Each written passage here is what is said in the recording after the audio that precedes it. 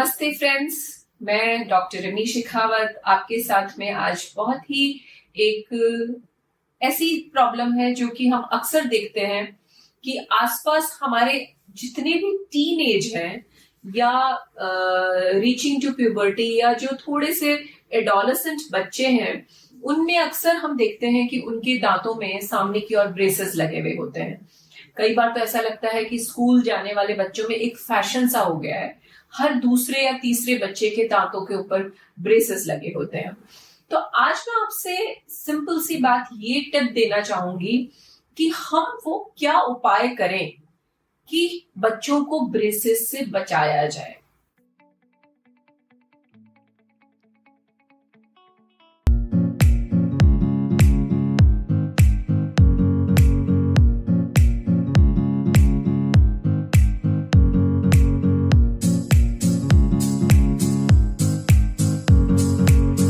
Braces की वजह है दांतों को का उबड़ खाबड़ होना, दांतों की पोजीशन सही नहीं होना और कई तरह से दांतों की बनावट की वजह से जो कॉस्मेटिक अपीयरेंस आती है, जो प्रॉपर स्माइल आती है, वो नहीं आ पाती है।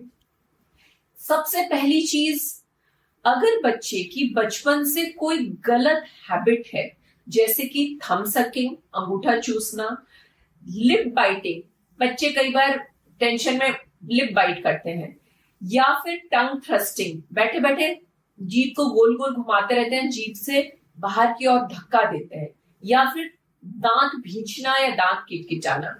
तो ये कुछ बचपन की ऐसी आदतें होती है जो माँ बाप को पता होती है।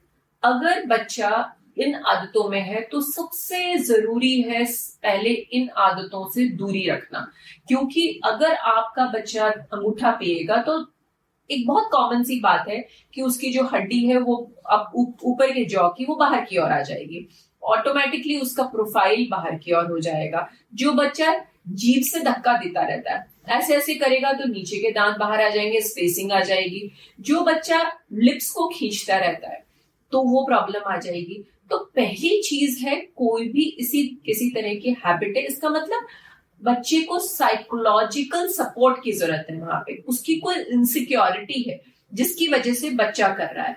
Attention deficit hyper activity syndrome, ये बहुत कॉमन है। बच्चा बहुत चंचल होता है और जो चंचल होता है, जब उसको प्रॉपर अटेंशन नहीं मिलता है तो वो ये सब चीजें करने लगता है। पेंसिल चबाने लगते हैं बच्चे, रबड़ चबाने लगते हैं, कोई भी चीज है मुंह में जाए। तो इससे दांतों में, जो कि दूधिया दांत तो टूट रहे हैं, परमानेंट दांत आ रहे हैं, तो जब वो दांत आते हैं तो उनके ऊपर गलत फोर्सेस पड़ गए और दांतों की जो पोजीशन है वो उबड़ खाबड़ आने लगती है। तो सबसे पहले आप अपना कोशिश करें, नहीं तो आप अपने डेंटिस्ट से मिल सकते हैं।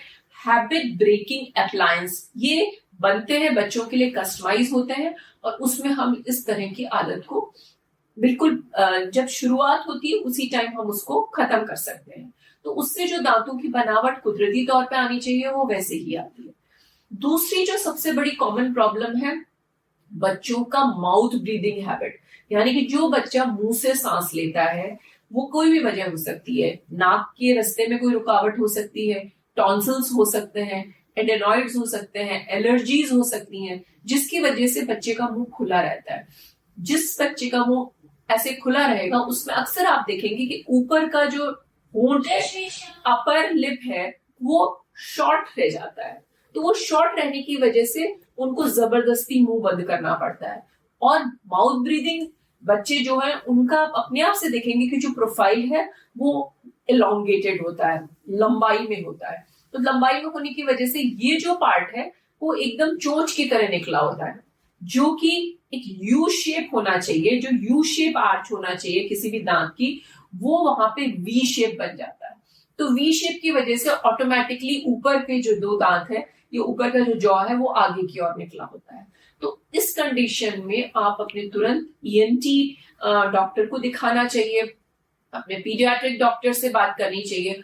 और जहां तक हो एलर्जी, टॉन्सिल्स या ईएनटी की कोई भी प्रॉब्लम हो, उससे हमें दूरी रखनी चाहिए। तो ऑटोमेटिकली दांत जो है वो नॉर्मल, बच्चा अगर माउथ ब्रीदिंग की जगह अगर नेजल ब्रीदिंग यानी कि जो नेचुरल ब्रीदिंग करेगा तो उसके दांत हमेशा अच्छे तरीके से आएंगे। तीसरी चीज जो सबसे कॉमन है कि बच्चे कुछ भी हार्ड चीज नहीं खाते हैं। आपने अपनी बचपन में गन्ना खाया होगा, बच्चे जानते ही नहीं है गन्ना कैसे खाया जाता है। भुट्टे खाए होंगे, बट आजकल कॉर्न्स, अमेरिकन कॉर्न्स आ गए, बहुत सॉफ्टली खा लेते हैं, तो भुट्टों का चलन खत्म हो गया। फ्रूट्स को भी माएँ जो है वो छील के उनको फाइबर को हटा के जूस बना के बच्चों को देती है, जबकि एप्पल है, अमरूद है, ये ऐसे फ्रूट्स तो, या इवन अनार है, वो डायरेक्ट बाइट करके चबा के हम खाएं तो जो चबाने से मसल्स की ग्रोथ होती है, जॉ की जो ग्रोथ होती है, वो कुदरती है, वो नेचुरल है।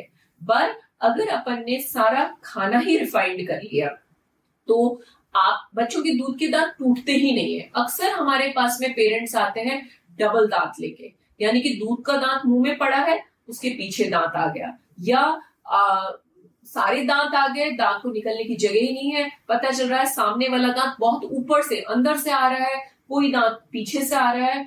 सिर्फ खान पान के तरीके बदलने से, देखिए आप लोगों ने सबने अपनी इतिहास पढ़ा है, आदि मानव से जब तक मानव तक हमारा विकास हुआ, खाने के पैटर्न्स बदलते गए। जो पहले बिना पका हुआ खाते थे, मांसाहारी थे, कच्चा खाते थे, उनके आप देखेंगे दांत बहुत ही बड़े बड़े और जबाड़ा बहुत बड़ा होता था अक्सर।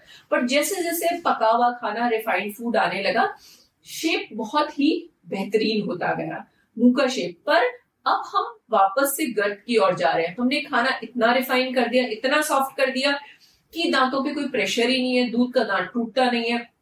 जब नया दांत अपनी पोजीशन ले चुका होता है तो पेरेंट्स आते हैं कि डॉक्टर साहब इसके दांत टेढ़े मेढ़े हैं। तब हम बताते हैं कि साहब ये दूध का दांत जैसे ही आपको लगे कि आपका परमानेंट टीथ आ गया जो कि सामने दिखता है, तो आपको दूध का दांत तुरंत निकलवा देना चाहिए।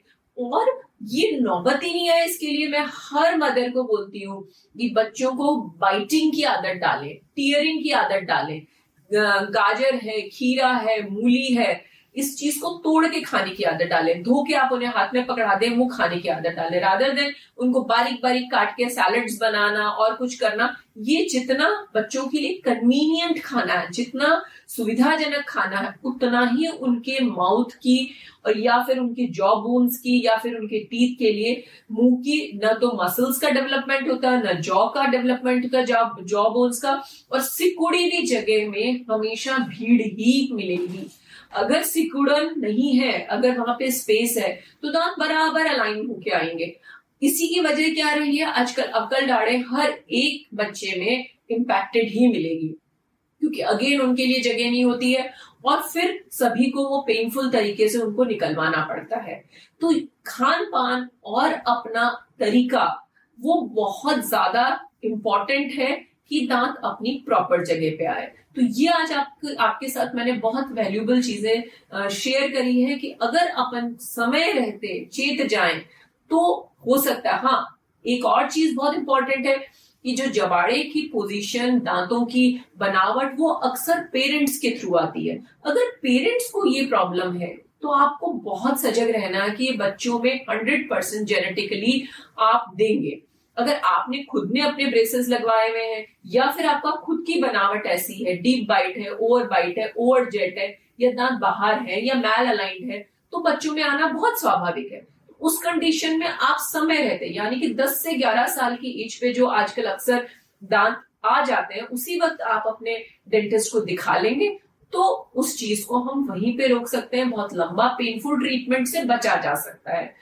तो फ्रेंड्स, आज ये मैंने आपके साथ बहुत ही बेसिक चीजें आपको बताई हैं।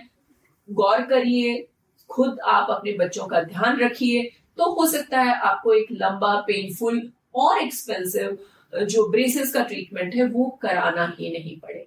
Thank you so much. मेरा clinic Marudhar dental centre very well equipped advanced clinic है जयपुर राजस्थान में, और हमारा ये हेल्पलाइन नंबर है। आप क्लिनिक के समय हमारे हेल्पलाइन नंबर पे अपनी कोई भी प्रॉब्लम को सॉल्व करने के लिए कॉन्टैक्ट कर सकते हैं। Thank you.